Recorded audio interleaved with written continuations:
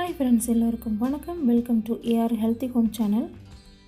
நம்ம சேனலில் இன்றைக்கி என்ன பார்க்க போகிறோம் அப்படின்னா, ட்ரெடிஷ்னலான டேஸ்டியான பூண்டு குழம்பு எப்படி செய்யலான்னு பார்க்கலாம்.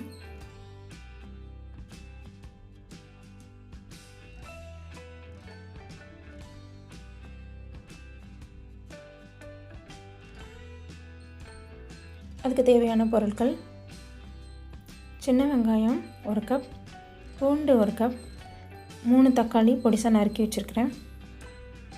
பூண்டு பெரிய பல்லாக இருந்துச்சுன்னா 2 கீரி நறுக்கி வச்சுக்கலாம். 2 டேபிள் ஸ்பூன் மிளகாய்த்தூள், 1/2 டேபிள் ஸ்பூன் மல்லித்தூள், 1/2 டேபிள் ஸ்பூன் ஜீரக பவுடர், மஞ்சள் தூள் 1/4 டேபிள் ஸ்பூன், புளித்தண்ணி 1 கப், தேங்காய் பால், இது ஆப்ஷனல் தான். ஒரு கடாயில் 4 டேபிள் ஸ்பூன் நல்லெண்ணெய் விட்டுக்கலாம். நல்லெண்ணெய் தான் இந்த குழம்புக்கு ரொம்ப டேஸ்ட் கொடுக்கும்.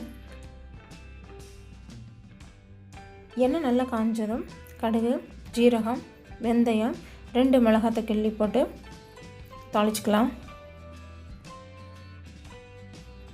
கடுகு பொரிஞ்சதும் நம்ம எடுத்து வச்சிருந்த பூண்டை சேர்த்துக்கலாம்.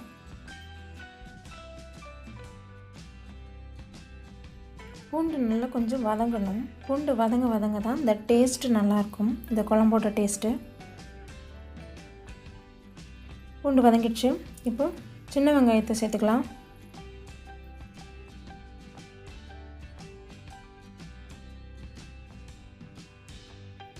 பூண்டும் சின்ன வெங்காயமும் இந்த நல்லெண்ணெயில் நல்லா சுருண்டு வர அளவுக்கு வதக்கணும்.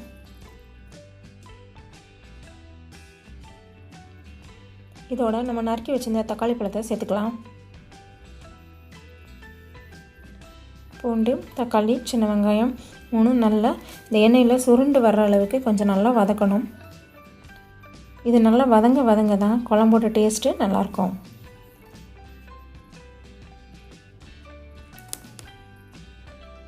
பாருங்கள், நல்லா வதங்கிடுச்சு. இப்போ நம்ம பொடி வகைகளை சேர்த்துக்கலாம். 1/4 டேபிள் ஸ்பூன் மஞ்சள் தூள், மிளகாய்த்தூள், தனியாத்தூள், ஜீரக பவுடர்,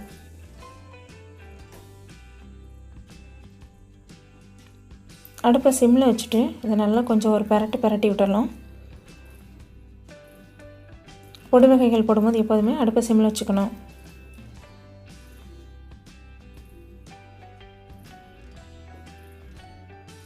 இப்போ கரைச்சி வச்சிருந்த புளி தண்ணியை சேர்த்துக்கலாம். தேவையான கொஞ்சம் தண்ணி ஆட் பண்ணிக்கலாம். காரம், புளி உங்களுடைய டேஸ்ட்டுக்கு தகுந்த மாதிரி குறைச்சி செஞ்சுக்கலாம். நல்லா கொதிச்சுட்டு பாருங்கள்.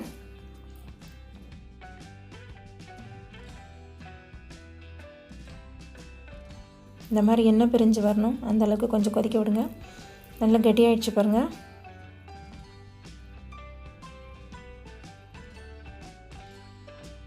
தேவையான அளவு உப்பு சேர்த்துக்கலாம். எப்போதுமே குழம்புக்கு கல்லுப்பு சேருங்க, அப்போ தான் டேஸ்ட்டு நல்லாயிருக்கும்.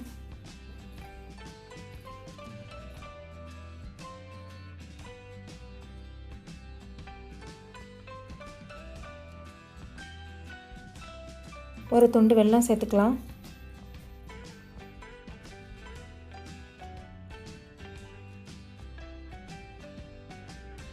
நம்ம எடுத்து வச்சிருந்த தேங்காய் பால் ஆட் பண்ணிக்கலாம். தேங்காய் பால் ஆட் பண்ணிவிட்டு ஒரு 2 நிமிஷம் கொதிக்க விட்டுட்டு மல்லித்தலையை தூவி இறக்கிடலாம். அவ்வளோதான், பூண்டு குழம்பு ரெடி ஆகிடுச்சு. ரொம்ப டேஸ்ட்டாக இருக்கும், ட்ரை பண்ணி பாருங்கள். இது மண் சட்டியில் பண்ணுறதுனால இன்னும் நல்ல டேஸ்ட்டும் மணமும் நல்லாயிருக்கும். ட்ரை பண்ணி பாருங்கள். இந்த ரெசிபி உங்களுக்கு பிடிச்சிருந்தால் மறக்காமல் ஒரு லைக் கொடுங்க. உங்கள் ஃப்ரெண்ட்ஸுக்கும் ஷேர் பண்ணுங்கள். நம்ம சேனலில் வரக்கூடிய எல்லா ரெசிபியும் மிஸ் பண்ணாமல் பார்க்கணுமா? பக்கத்தில் இருக்க ரெட் கலர் சப்ஸ்கிரைப் பட்டன் மற்றும் பெல் பட்டனையும் சேர்த்து ப்ரெஸ் பண்ணி வச்சுக்கோங்க.